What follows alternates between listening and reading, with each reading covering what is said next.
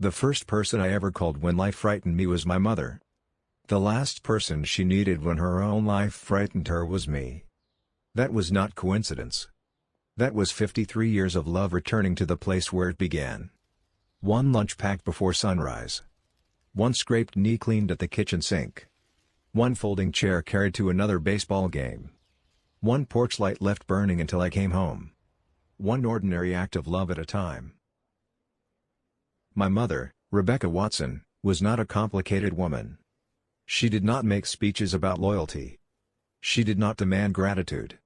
She did not keep a record of everything she had sacrificed. Love, to her, was not something people discussed. It was something they did.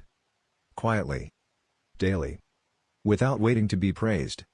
She attended every little league game I played, even the ones held beneath cold rain that turned the dirt into mud and made every parent wish the umpire would cancel.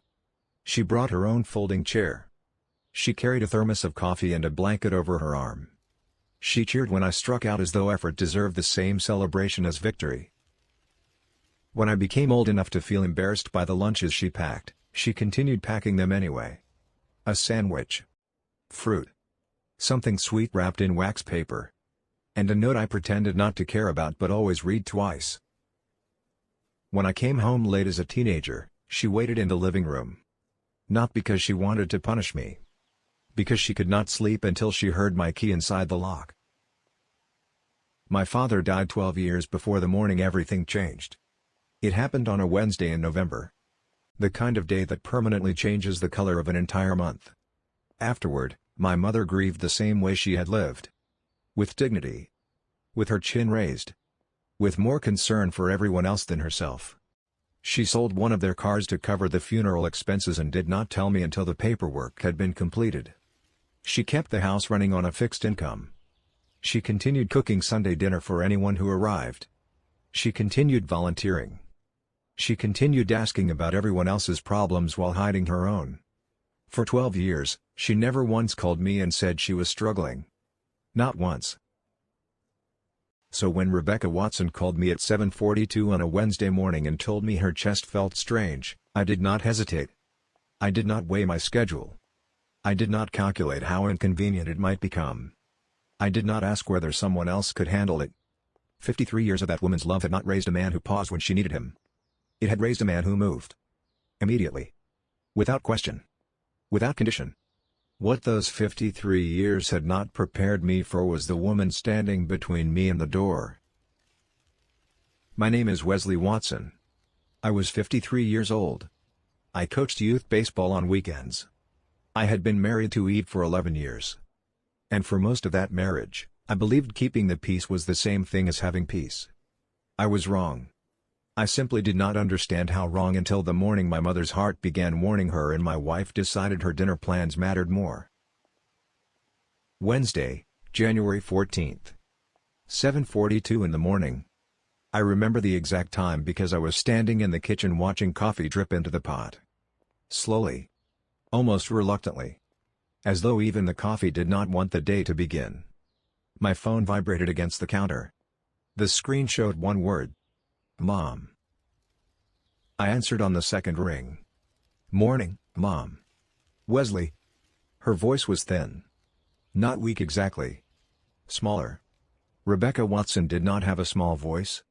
This was a woman who had survived widowhood, recession, hip surgery, and 82 years of life without asking anyone to feel sorry for her. The sound of her voice immediately changed something inside me. Mom, are you all right? I did not want to bother you. There it was. 82 years old and still apologizing for needing space in the world.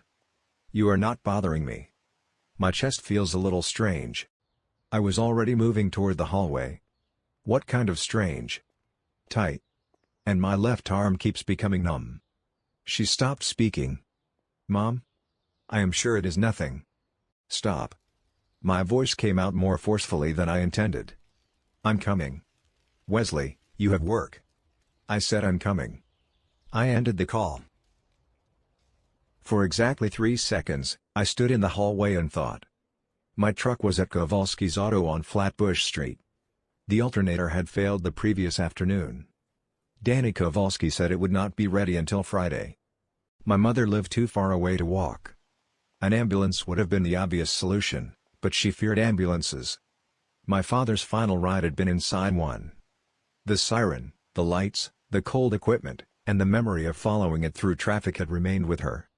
She had made me promise years earlier that if there was time, I would drive her myself. Then I remembered Eve's car. A silver Honda CR-V sat in the driveway. Full tank. Eve had filled it on Monday. She was upstairs. I could hear the shower running. Every morning, she took a long, luxurious shower as though she were preparing for a photographer rather than another day of remote work and emails. I went to the bottom of the stairs. Eve. The shower continued. Eve. The water stopped. A long silence followed. Then her voice came through the bedroom door. What? Not concern. Not urgency. The word carried one clear meaning. This had better be important. I need your car. My mother is having chest pains. Her left arm is going numb. I need to take her to St. Francis.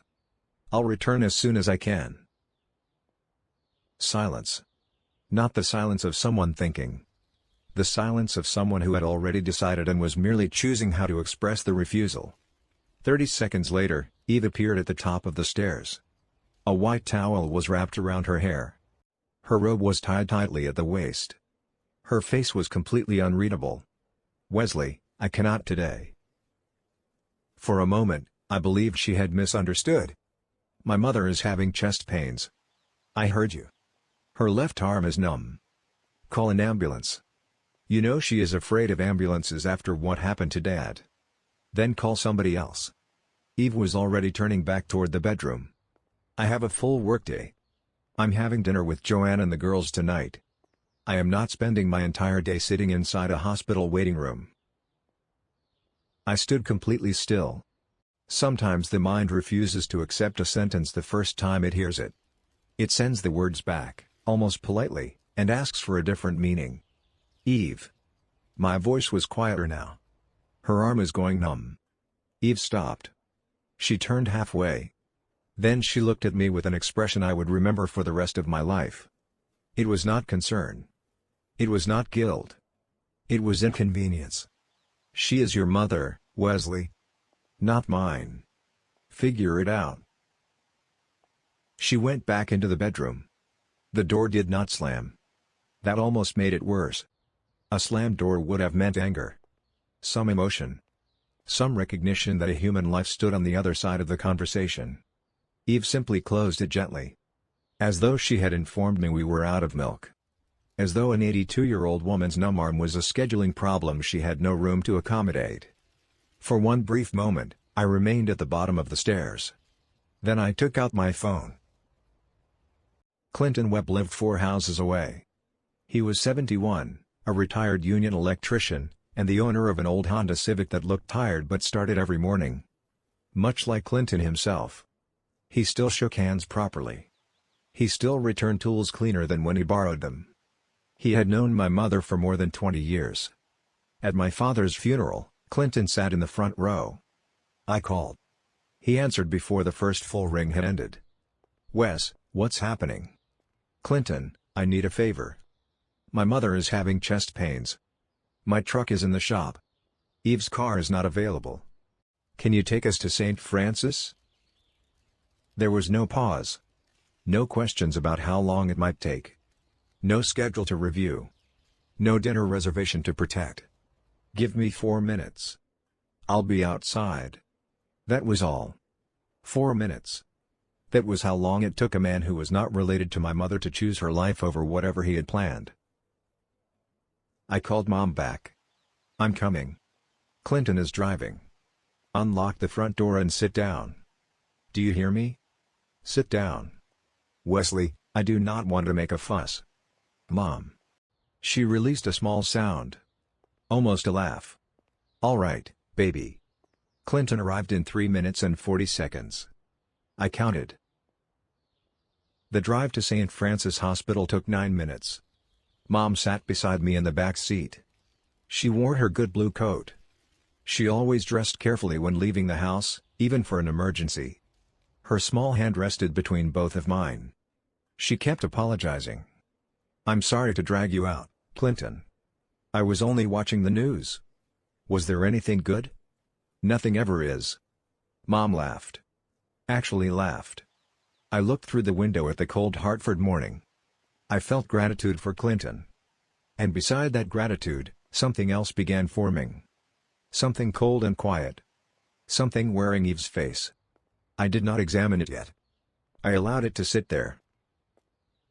We checked into the emergency department at 8:27. St. Francis was already crowded. A nurse named Beverly moved us through triage within 15 minutes. She had broad shoulders, tired eyes, and the no-nonsense manner of someone who had already seen every possible kind of panic. Dr. Raymond Cole examined Mom. He was tall and calm. He did not rush his questions. He did not speak to her as though age had made her a child. "Mrs. Watson, I want an EKG and blood tests. The symptoms you are describing are not symptoms we ignore." Mom looked at me. Her eyes asked the question she did not want to speak. "Should I be afraid?" "Do whatever he says," I told her. She nodded. Then she reached up and placed her hand against my cheek. "You came." 2 words. She said them simply. But I heard the uncertainty beneath them. Some small part of her had not been completely sure. That almost broke me. "Mom, I will always come." She patted my cheek twice. Then she lay back and closed her eyes. I waited 2 hours and 40 minutes. The chair was hard plastic. The overhead lights flattened every color in the room. A silent game show played on a television mounted near the ceiling. I drank coffee from a machine beside the elevator. It was the worst coffee I had ever tasted. I did not taste a single sip. Eve did not call. She did not send a message. She did not ask whether Mom was alive. At 11:04, Dr. Cole entered the waiting area. His expression was serious but controlled. "Mr. Watson." I stood immediately. "Your mother experienced a mild cardiac event. Not a major heart attack. But her body was giving a warning. We are admitting her for observation. We need additional testing and medication adjustments. But she is stable." Stable. The word moved through me like warmth. She is also asking whether her room has a television. I laughed. It came out louder than I expected. That sounds like her. "Can I see her?" "Give us 20 minutes." I returned to the plastic chair. I placed my elbows on my knees and stared at the floor. Figure it out. That was what Eve had said. While my mother's heart sent warnings through her body, my wife had protected her dinner plans. While I waited beneath fluorescent lights, Eve prepared to meet Joanne and the girls. I had figured it out. Clinton had helped me. Beverly had helped me. Dr. Cole had helped me. My wife had not. I called Clinton. He had remained in the parking lot the entire time. "She's stable." "Thank God." He meant it. "Clinton, thank you." "Wes." His voice was firm and gentle. "That is what people do." I allowed the sentence to remain between us. That is what people do. Some people. I stayed with Mom until 4 in the afternoon. We watched part of a game show with the sound turned on. She invented a word game involving hospital equipment and state capitals. Then she defeated me twice. Even on her worst day, she remained sharper than I was. At 3:47, she took my hand. "Wesley." The thin morning voice was gone. This was the voice she used when the next words mattered. "Yes, Mom?" Eve did not come. It was not a question. I remained silent. Mom said my name again. Only my name. That was enough. She had dinner plans. Mom looked at me. She went to dinner? With her friends. The words landed inside the hospital room like something dropped from a great height. Mom did not gasp. She did not raise her voice. She did not insult Eve. She nodded once. Then she looked toward the window. Afternoon light covered the Hartford skyline in tired gold. My mother remained silent. But I saw something move across her face. Not anger. Decision. I kissed her forehead at 4:02. Then I walked outside into the cold. Clinton returned to collect me. We drove home without speaking. Leaves moved across Blue Hills Avenue like the world was shedding something it no longer needed. Somewhere during the drive, I realized I was no longer angry with Eve. Anger still expects something. An explanation. An apology. A change. I expected nothing. I was done. Thursday morning, I woke before the alarm. 6:58. I lay on the left side of the bed. I had slept on that side for 11 years. Always leaving space for another person. Always believing Eve might eventually move closer. She slept beside me with her hair spread across the pillow. Her breathing was calm. Completely untroubled. The woman could sleep through a verdict. I went downstairs. I made coffee. I used the loud machine and did not care whether it woke her. A woman who could choose dinner while my mother's heart failed could survive the sound of coffee being made. I sat at the kitchen table and watched daylight enter through the window above the sink. No message from St. Francis. No news was good news. I thought about Mom lying against the white hospital pillow. Her blue coat folded neatly across the chair. Her fingers touching my cheek. You came. 2 words. 82 years of love compressed into 2 words. She had always come for me. Every time. Without condition. The least I could do was come for her. Eve entered the kitchen while I was drinking my second cup. She wore her robe and carried the faintly irritated expression of someone whose routine had been disturbed. You made coffee. I have done it every morning for 11 years. She poured herself a cup. Then she leaned against the counter. A familiar marital silence settled between us. The kind waiting for someone to mention what both people already know. Finally, she spoke. How is Rebecca? Rebecca. Not Mom. Not your mother. Rebecca. As though she were an acquaintance from work. Stable. She had a mild cardiac event. They are keeping her another day. Eve repeated the words quietly. A cardiac event. Yes. Silence again. How was dinner? I asked.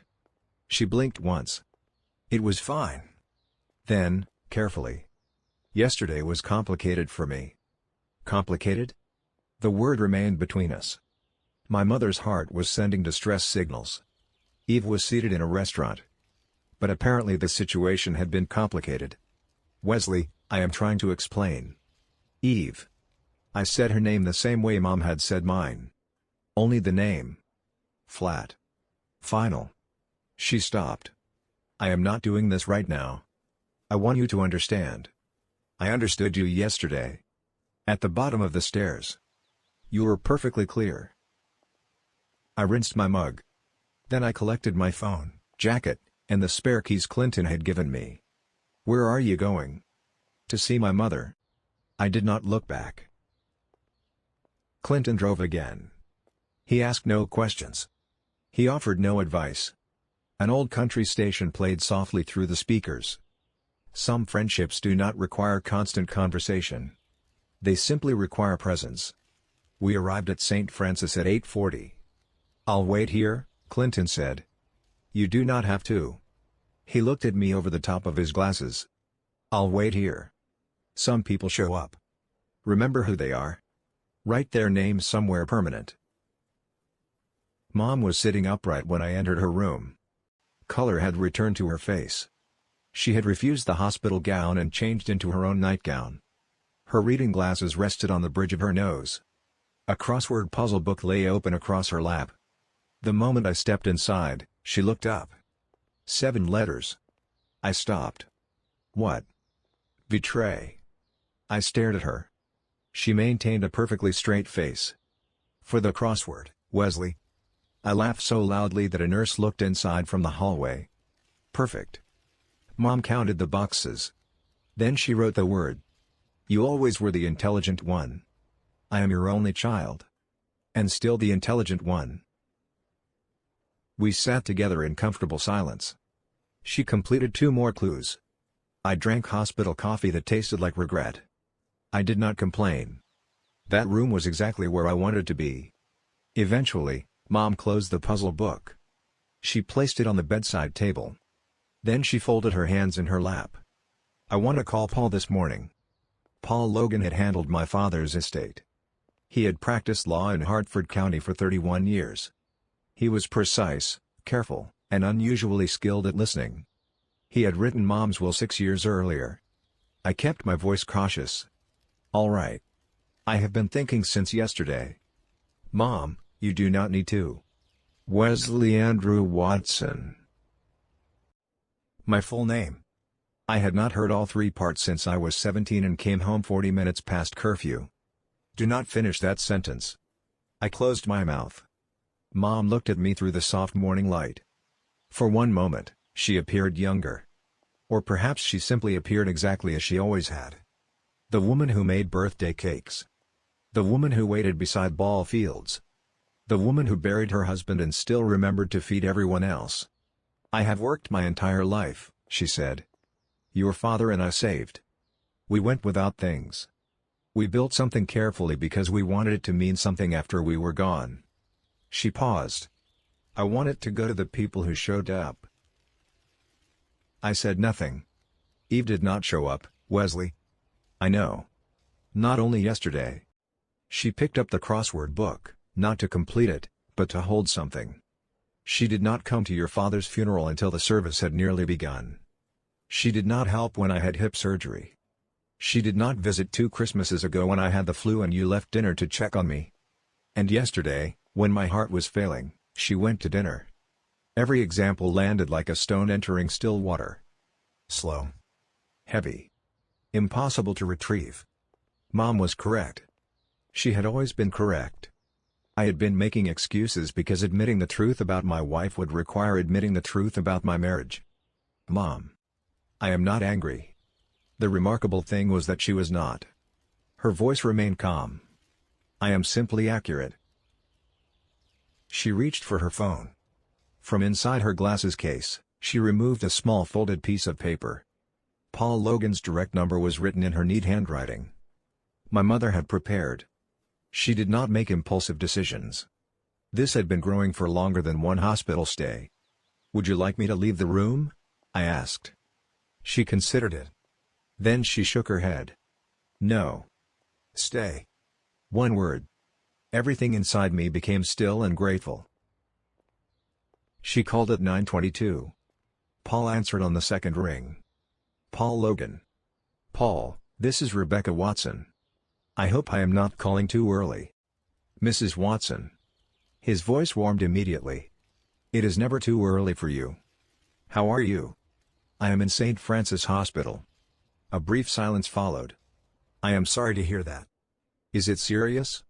"Serious enough to make me think clearly."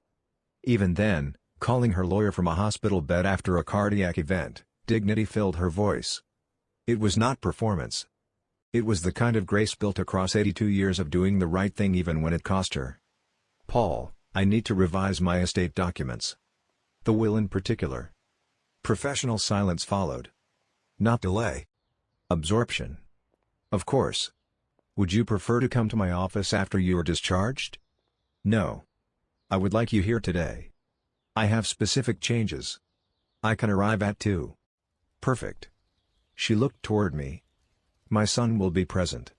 "Very good, Mrs. Watson. I will see you at 2.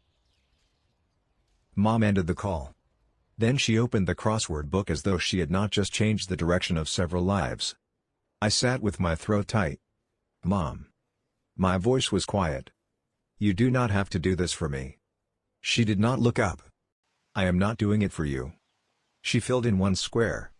"I am doing it because I earned the right to decide where my life's work goes." Another square. "And I have decided." She looked over her glasses. "Any additional questions?" I had approximately 40. I asked none. "No, ma'am." "Good." She returned to the puzzle. "Now find me something edible."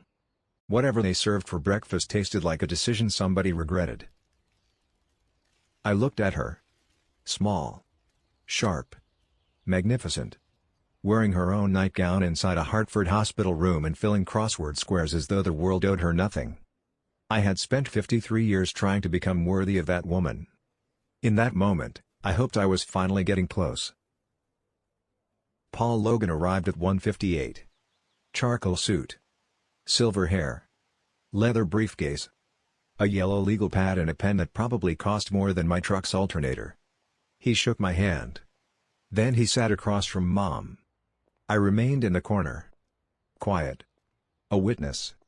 Their conversation lasted 47 minutes. Some details belonged to them. But when Paul closed his pen and returned the legal pad to his briefcase, the document Eve had silently counted upon for 11 years had been completely and legally rewritten. The house on Maplewood Drive was left to me. Mom and Dad had paid it off in 2009. The investment accounts Dad had built through 30 years of disciplined saving were left to me. Her jewelry.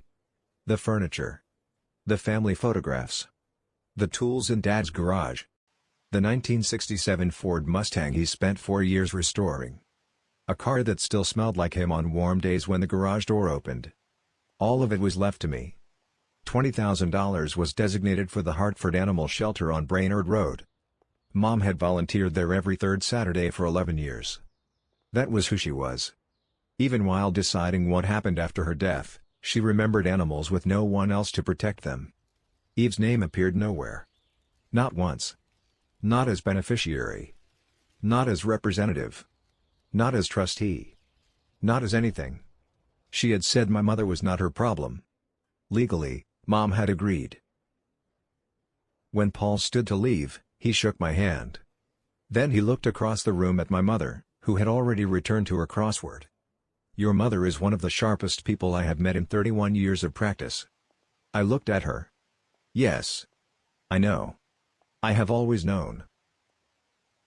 I left the hospital at 4:30. Clinton returned to drive me home. When I entered his car, he studied my face the way old friends do. Not searching for gossip. Only checking whether you remain standing. Everything all right? Yes. My voice was quiet. Everything is exactly the way it should be. Clinton nodded. He placed the car in drive. We left St. Francis behind. My phone remained silent. Eve had not called once. She had no idea what had changed. Not yet. Friday morning at 8:14, I was standing inside Kowalski's auto. My truck was finally repaired. New alternator. Oil change. A set of wiper blades Danny had installed without charging me because our children once played baseball together. That was what neighbors did. I was signing the invoice when my phone vibrated. Eve. I allowed it to ring. Not as punishment. I simply had nothing to say yet. Some words need to be spoken only after they have fully formed. I returned the phone to my pocket. I shook Danny's hand. Then I walked into the sharp Hartford morning. I started the truck and waited while the engine warmed. My breath fogged the windshield. My thoughts were with Mom. Today was about bringing her home. Getting her settled. Reading her medication labels. Making her tea. Eve could wait. The phone rang again. Then again. A fourth time. A fifth. Something had happened. I drove toward St. Francis. I had a mother to collect. Mom was ready at 8:53. Blue coat buttoned. Small overnight bag packed. Beverly walked beside her. Another nurse pushed the mandatory wheelchair. Hospital policy. Completely non-negotiable. Mom had already argued and lost with whatever grace she could manage. The moment the wheelchair passed through the automatic doors, she stood. I can walk to my son's truck. She announced it to no one and everyone. I had a cardiac event. Not a personality removal. Beverly laughed. Not the polite hospital laugh. The real kind. She held Mom's hand. Take care of yourself, Mrs. Watson. I always do, baby. Mom squeezed her hand. You're a good one. Do not allow anybody to tell you differently. Beverly pressed her lips together. Her eyes became wet. Then she nodded. Even while leaving a hospital, Mom made people feel better than they had before meeting her. I opened the truck door. Mom climbed in slowly but without assistance. Her independence mattered more to her than almost anything. I closed the door and walked around the truck. My phone rested inside the cup holder. The screen illuminated repeatedly. Eve. Eve. Eve. 11 missed calls before 9 in the morning. Mom looked at the phone. She said nothing. She fastened her seatbelt and looked through the window. A faint smile touched her mouth. The smile of someone who had made a decision and felt no need to defend it. I took her to Maplewood Drive. The white colonial with green shutters waited quietly at the end of the block. The house where I learned to ride a bicycle. The house where I completed homework at the kitchen table. The house where my father built a life carefully, one paycheck and one repair at a time. The oak tree in the front yard had dropped most of its leaves. The porch was swept. The faded welcome mat still said home. It had been there so long that none of us noticed it anymore. That morning, I noticed. I helped Mom inside. I prepared chamomile tea. One bag steeped for exactly 4 minutes. She had told me once. I had never forgotten. I checked the thermostat, the refrigerator, the pantry. Then I arranged the new medication bottles across the kitchen table. This one is for blood pressure. Twice each day with food. I looked up. Mom was watching me. The table between us was the table where she made every birthday cake. Where she helped me with algebra. Where she sat the morning after Dad died and held my hand without saying a word. Wesley. Yes? Sit down. I sat. She covered my hand with both of hers. Small. Warm. The hands that buttoned my coat. Packed my lunch. Waved from the bleachers. Held mine inside Clinton's car while her heart struggled. Those hands had been showing up for me for 53 years. I need you to hear me. I'm listening. What I did with the will was not punishment. Her eyes were steady. No anger. No bitterness. Only truth. I did it because it was right. Your father and I built something together. It belongs with someone who understands what building something together means. She squeezed my hand. Do you understand? Yes. I understood it in my bones. And Wesley. Her voice became more deliberate. I want you to think about your own life. Not the will. Not the house. Not any money. Think about whether you're happy. Think about whether you are loved the way you deserve to be loved. She held my eyes. You have been showing up alone for a very long time, baby. A man who shows up deserves someone standing beside him when he does. The kitchen became completely silent. A car passed outside. The refrigerator hummed. A dog barked twice somewhere down the block. Everything she said was true. For years, I had been the one leaving dinner early. The one driving people to appointments. The one calling after funerals. The one apologizing for Eve's absences. The one explaining why she could not come. The one smoothing every sharp edge until nothing remained except my own exhaustion. My eyes burned. Yeah. My voice was rough. I know, Mom. She nodded. That was what she needed to hear. Then she patted my hand twice and released it. Good. She lifted her tea. Now, are you going to answer that phone? My phone vibrated between us. Eve. Call number 29. I looked at the screen. Then at Mom. She raised one eyebrow. I turned the phone face down and allowed it to buzz against the wood until it stopped. Not yet. The corner of Mom's mouth moved slightly. Not yet, she repeated. As though tasting the patience inside it. I'll check on you tonight. And tomorrow morning. And every morning after that. Mom waved one hand. I know you will. I mean it. Wesley. She looked at me over her glasses. I know you mean it. You always have. I left Maplewood Drive at 1:15. When I reached my house on Asylum Avenue, Eve's silver CR-V was parked in the driveway. I pulled in behind it. Then I remained inside the truck for a full minute. 34 missed calls. I entered the house. Eve sat on the edge of the living room couch. She wore work clothes. Both hands were wrapped around her phone as though it were the only stable object remaining in her world. She looked up the moment I opened the door. Her eyes were red. She had not slept. The composure she wore like a second skin had cracked. Beneath it was a woman beginning to understand the consequences of what she had done. Wesley. She stood quickly. I have been calling you all day. I know. I placed my keys on the hook beside the door. Then I thought about Wednesday. Mom lying in a hospital bed. Monitors across her chest. And 4 in her arm. Dr. Cole's serious face. Eve passing bread around a restaurant table. I allowed that image to remain in my chest for 1 second. Then I looked at my wife. "Did you know?" Her voice cracked. "About the will. Did you know she was changing it?" "No. I learned when you did." Eve pressed her fingers to her mouth.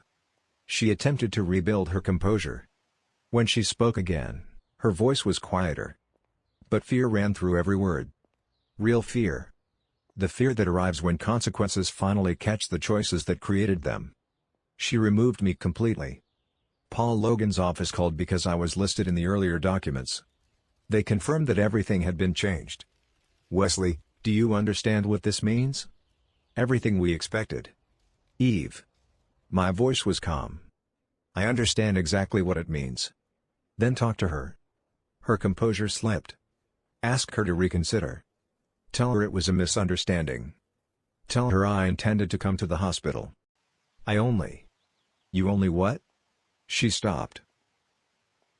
I took 1 step toward her. Not aggressively. Not angrily. I was simply present. Completely present in a way I had not been for years because I finally had nothing left to protect. "You had dinner with Joanne and the girls." My mother was in a hospital bed experiencing a cardiac event. I sat beneath fluorescent lights drinking machine coffee. Clinton Webb sat inside a parking lot for 3 hours because that is what people do when someone needs them. The color slowly disappeared from Eve's face. "Rebecca made her decision," I continued. "The same way you made yours. Clearly. Deliberately. And without asking anyone's permission. Wesley, please." My mother spent 82 years showing up. For my father. For me. For every person she ever loved. She never once chose dinner over somebody who needed her. I held Eve's eyes. She finally stopped expecting everyone else to do the same. The living room became completely silent. Eve looked at me. Really looked. Perhaps for the first time in years. Something moved across her face. It was no longer only fear about the inheritance. It was the recognition of something larger. She had lost me. Not the house. Not Mom's savings. Not the Mustang. Me. The man standing before her was no longer the man who had waited at the bottom of the stairs hoping she would say yes. That man was gone. Her phone vibrated. She looked down. My mother's name appeared on the screen. Eve looked at me. Hope entered her eyes. Perhaps she imagined Mom was calling to reverse the decision.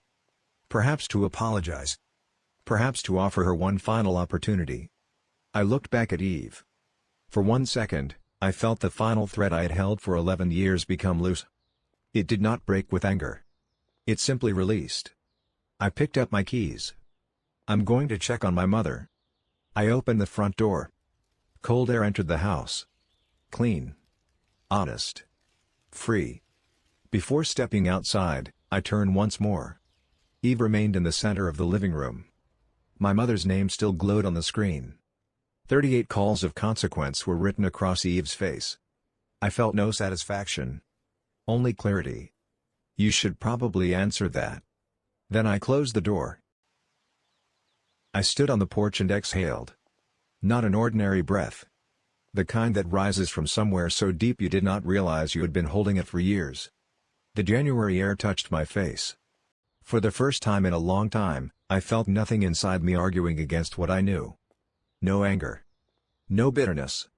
No urge to return inside and repair the moment for Eve. Only clarity. The quiet clarity of a man who had finally stopped telling himself everything was fine. I had spent 11 years smoothing things over. Swallowing disappointment.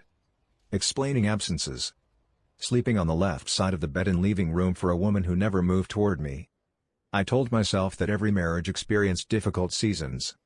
I told myself Eve had a different way of showing love. I told myself peace required compromise. But what I had called compromise was usually surrender. What I had called patience was often fear.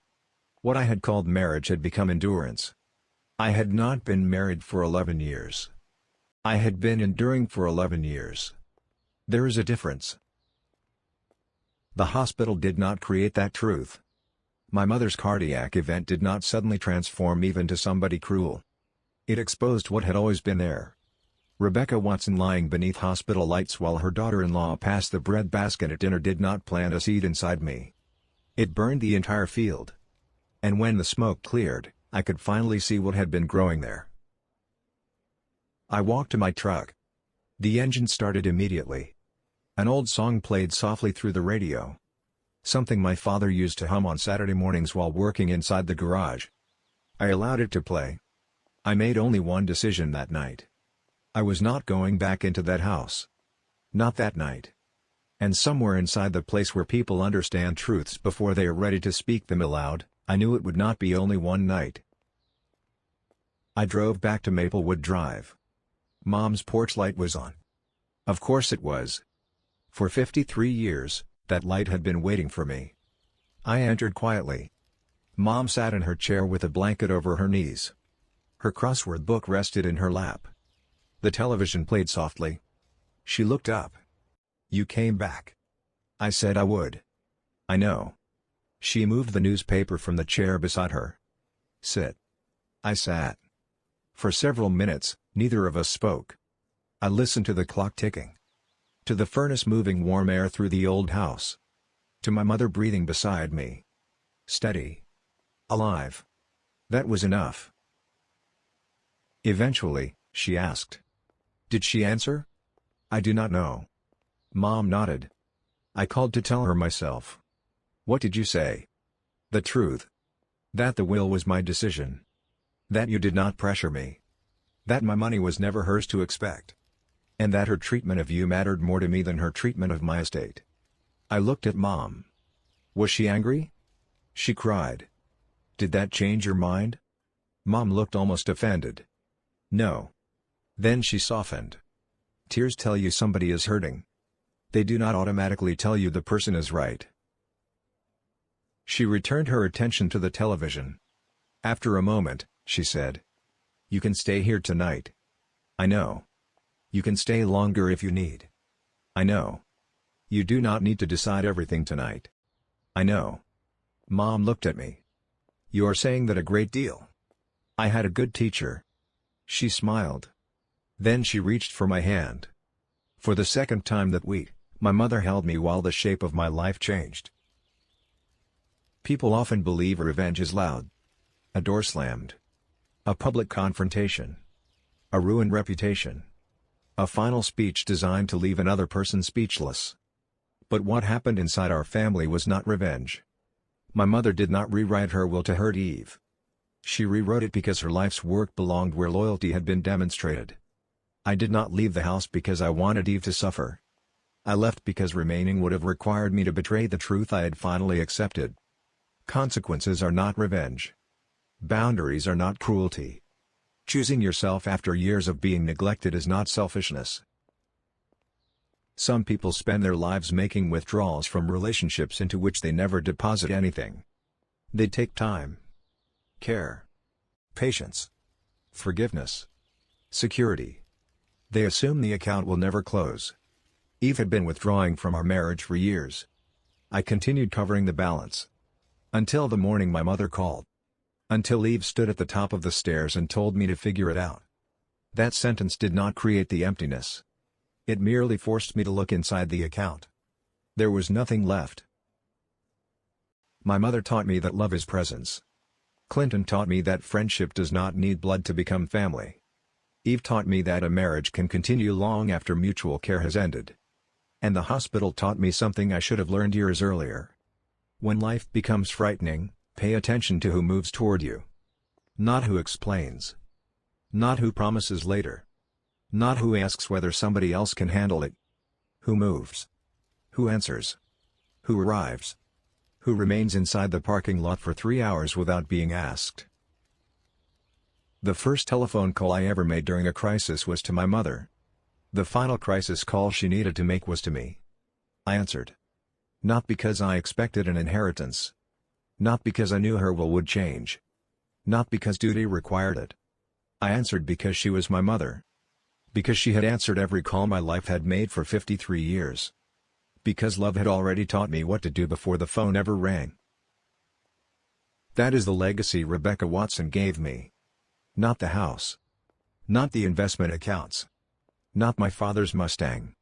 Those things mattered because they carried history. But the true inheritance was simpler.